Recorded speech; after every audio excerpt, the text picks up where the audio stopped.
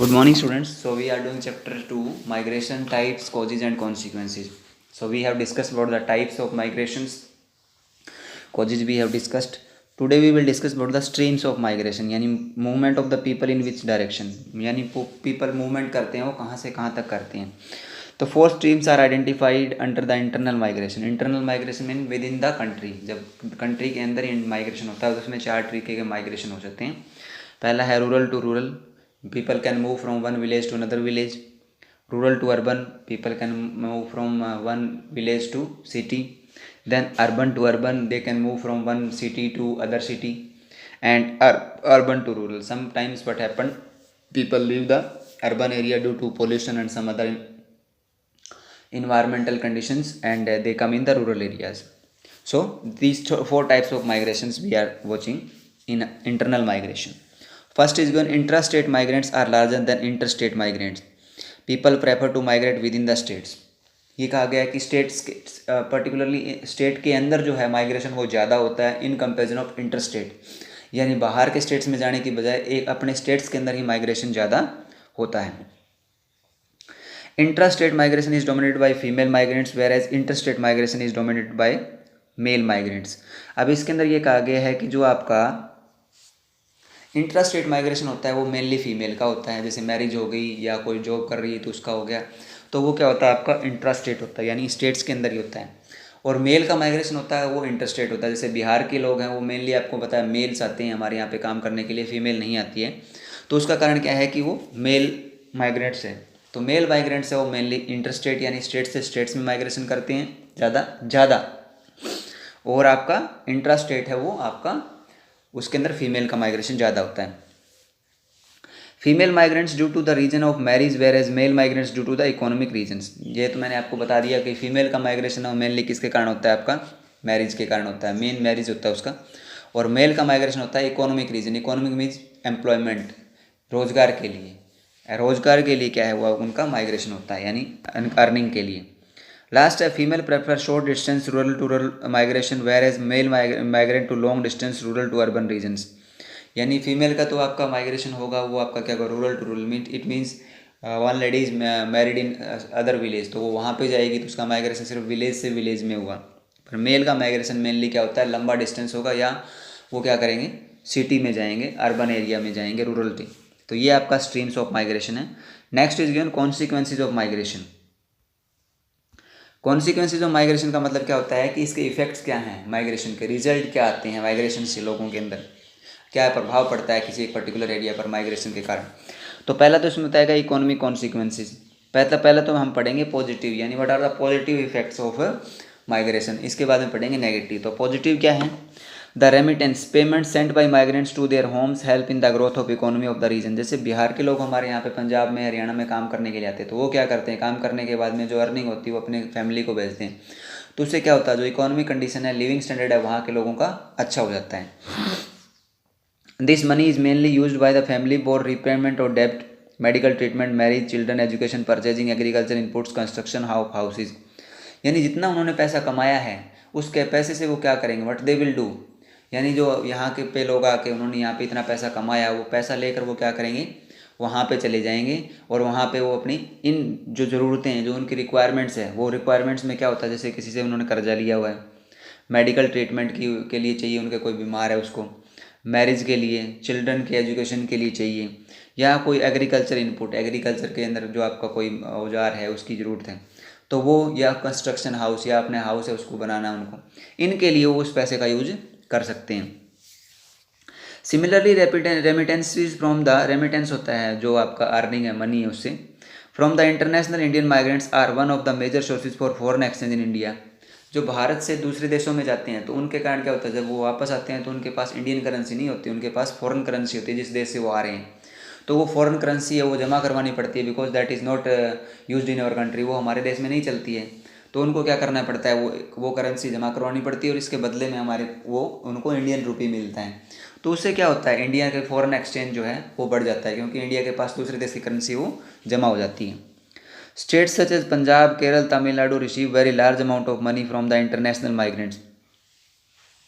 पंजाब सबसे ज़्यादा लोग पंजाब के आपको पता है कनाडा में गए हुए मिलेंगे, कनाडा, ऑस्ट्रेलिया, यूएसए, पंजाब आपके लोग आपको वहाँ पे मिलेंगे, ठीक है। तो states such as Punjab, Kerala and Tamil Nadu, ये आपके क्या हैं, इन स्टेट्स के लोग हैं वो ज़्यादा आपको मिलेंगे बाहर गए हुए, और इनके इन्हीं का क्या है, इन्हीं की अमाउंट आपको फॉरेन एक्सचेंज में ज़्यादा मिलेगी।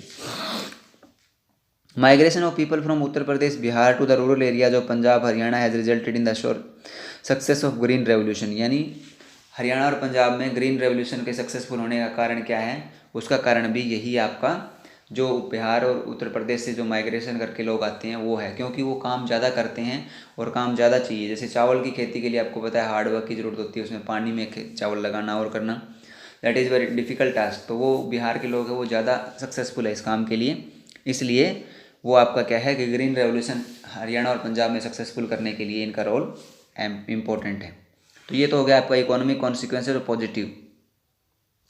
अब हम पढ़ेंगे नेगेटिव, यानी नेगेटिव इफेक्ट क्या पड़ता है इसका। नेगेटिव क्या होता है, unregulated migration to the metropolitan cities of India has posed overcrowding. अब आपको पता है मुंबई है, दिल्ली है, चेन्नई है, कोलकाता है, वहाँ पे ओवर क्राउडिंग है, भीड़ बहुत ज़्यादा होती है। कारण क्या है कि लोग माइग्रेट करके उस एरिया में चले जाते हैं फॉर बेटर जॉब्स, तो उसके कारण क्या है वहाँ पे भीड़ बहुत ज़्यादा हो गई है। आपको पता है दिल्ली में, मुंबई में कितना बुरा हाल होता है, ओवर क्राउडेड एरिया है वहाँ पे। Development of slums in industrial developed states such as Maharashtra, Gujarat and Delhi is the result of unregulated migration. अब जो लोग दूसरे स्टेट से माइग्रेशन करके दिल्ली, मुंबई या चेन्नई, कोलकाता में जाते हैं तो वहाँ पे रहने के लिए उनको जगह नहीं मिलती, तो वो क्या कर देते हैं, झोपड़ियाँ बना लेते, स्लम्स बना देते हैं। जैसे आपको पता है मुंबई के अंदर सबसे बड़ी स्लम है धारावाड़ी, तो वैसे ही वो स्लम क्यों बनी हुई है, वो स्लम बनने का कारण ये था कि लोग जो है उनको रहने के लिए वहाँ पे जगह नहीं मिली, तो जहाँ पे खाली जगह मिली उन्होंने अपना शेल्टर टेंट वगैरह लगा लिया और वहीं पर रहने लग गए। तो वो क्या होता है आपका, वो भी स्लम्स डेवलपमेंट का, और स्लम जहाँ पे बनेगी वहाँ पे आपको पता है जो आपका अनहाइजीनिक कंडीशंस ज़्यादा होगी, हाइजीनिक कंडीशन आपको नहीं मिलेगी, यानी फैसिलिटी, हेल्थ फैसिलिटी वहाँ पे बहुत बुरा हाल होगा, इन्वायरमेंट अच्छा नहीं मिलेगा आपको। तो ये भी एक कारण है कि स्लम्स ज़्यादा डेवलप्ड हो जाती है जब आपका माइग्रेशन ज़्यादा होता है तो सिटी में। The underdevelopment gets even worse due to the out migration of skilled people, यानी जो आपके सेमी स्किल्ड लेबर है या जो सिर्फ नॉर्मली काम करते हैं मजदूर के तौर पे, तो उनको फिर क्या है कि एक बेटर कंडीशन नहीं मिल पाती, क्योंकि जो स्किल्ड पीपल है वो बेटर कंडीशन ले लेते हैं, उसके कारण उनको क्या है, उनको ऐसे ही रहना पड़ता है, जिसके कारण उनकी कंडीशंस है वो कई बार क्या होता है ख़राब हो जाती है, उनको हेल्थ फैसिलिटी नहीं मिल पाती, तो हेल्थ कंडीशन उनकी ख़राब हो जाती है। तो ये आपका नेगेटिव कॉन्सिक्वेंसेज है आपके माइग्रेशन की।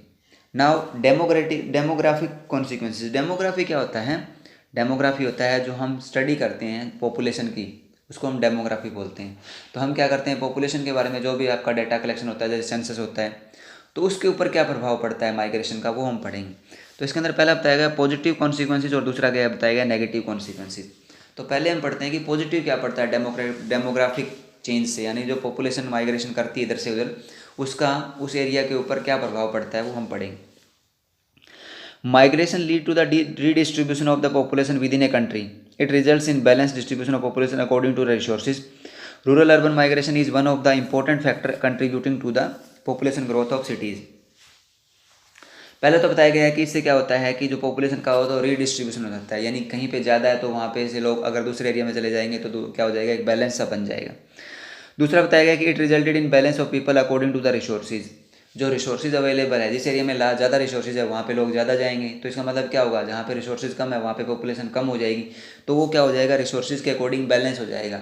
अगर एक एरिया में रिसोर्सेज ज़्यादा है और वहाँ पे पॉपुलेशन कम है तो वो इम्बैलेंस है, तो इसलिए जहाँ पे रिसोर्सेज ज़्यादा है वहाँ पे लोग ज़्यादा चले जाते हैं और जहाँ पे रिसोर्सेज कम है वहाँ पे कम रह जाते हैं, तो वो एक बैलेंस बन जाता है रिसोर्सेज के लिए।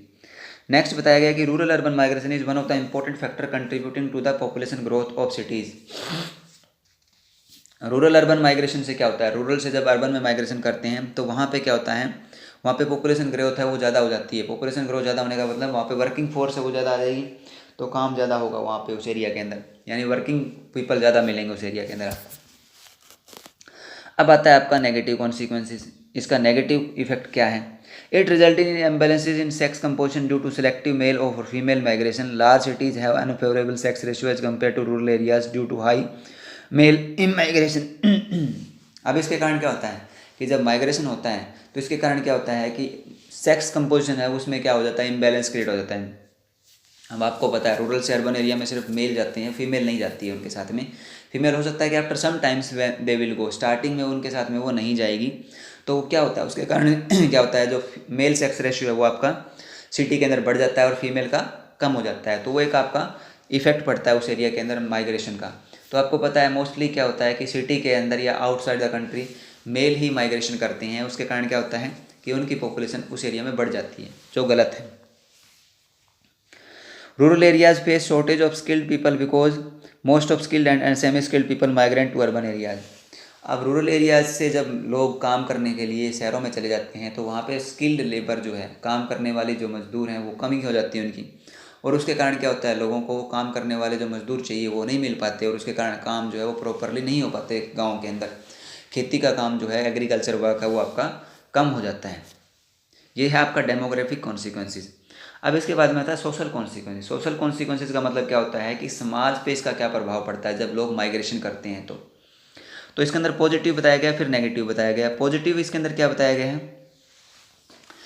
कि migrants act as an agent of social change, the new ideas related to new technologies, family planning gets, girls education gets separate from urban to rural areas through them. अब इसके अंदर कहा गया है कि जब क्या होता है कि कोई रूरल अर्बन एरिया से रूरल एरिया में आएगा तो वो एजुकेटेड होगा, तो वो क्या करेगा, इन चीज़ों को स्प्रेड करेगा, इन चीज़ों को फैलाएगा गाँव के अंदर। किस चीज़ को, कि आपका टेक्नोलॉजी आई है, नई टेक्नोलॉजी के बारे में गांव वालों को बताएगा। फैमिली प्लानिंग के बारे में, क्योंकि पॉपुलेशन जितनी बढ़ रही है उसके लिए फैमिली प्लानिंग भी ज़रूरी है। गर्ल्स एजुकेशन कितनी इंपॉर्टेंट है, गर्ल्स एजुकेशन, उसके बारे में लोगों को बताएगा। तो ये अवेयरनेस लोगों के अंदर आएगी जब लोग अर्बन से रूरल एरिया के अंदर आते हैं, तो ये अवेयरनेस आती है। और वो हम देख भी रहे हैं अभी हमारे इंडिया के अंदर कि किस प्रकार जो ये चीज़ें हैं वो चेंज हो रही है। उसका कारण क्या है कि रूरल से जब अर्बन से जो लोग रूरल में आ रहे हैं तो वो इन चीज़ों को इम्प्रूव कर रहे हैं।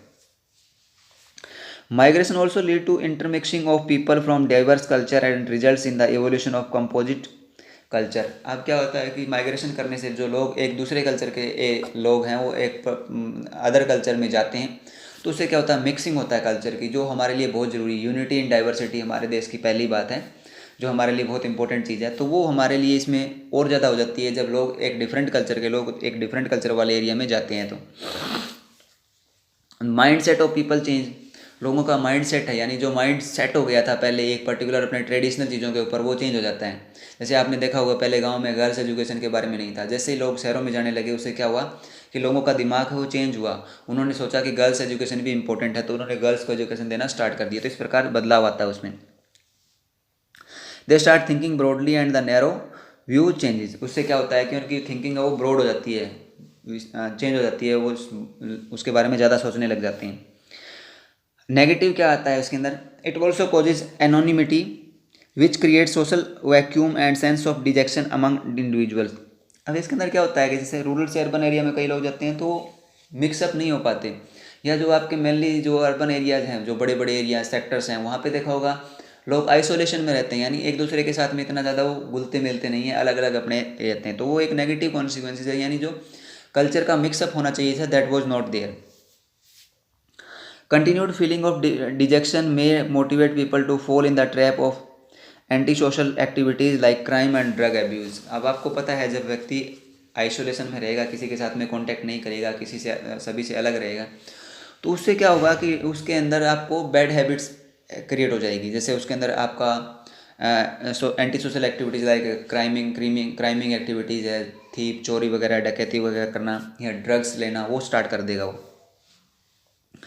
Migration affect the women more in the rural areas. Male selective out migration leaving their wives behind puts extra physical as well as mental pressure on the women which increases their vulnerability। आपको पता है जो rural area से लोग mail migration करते हैं mainly, तो migration करके दूसरे शहरों में चले जाते हैं, बट जो फीमेल है वो तो वहीं रहती है। फीमेल को क्या है कि फिजिकल काम सारा करना पड़ता है और मेंटली भी वो क्या है उसको देखना पड़ता है हर चीज़ के लिए, तो वो मेंटल से उसके ऊपर भी प्रेशर पड़ता है। तो उससे क्या होता है कि जो वीमेंस की वल्नरेबिलिटी यानी वो असुरक्षित महसूस करती है, वल्नरेबल हो जाती है, असुरक्षित हो जाती है, जो उनको रिक्वायरमेंट होती है उनकी वो पूरी नहीं हो पाती है। तो ये सोशल कॉन्सिक्वेंसेज आपने पढ़ी है। Today we have discussed about these things, only 1 और 2 टॉपिक्स रिमेन। एक इन्वायरमेंटल कॉजेज रहा है और इसके बाद में आपका activities remain, so that we will discuss on Saturday. Thank you, have a nice day.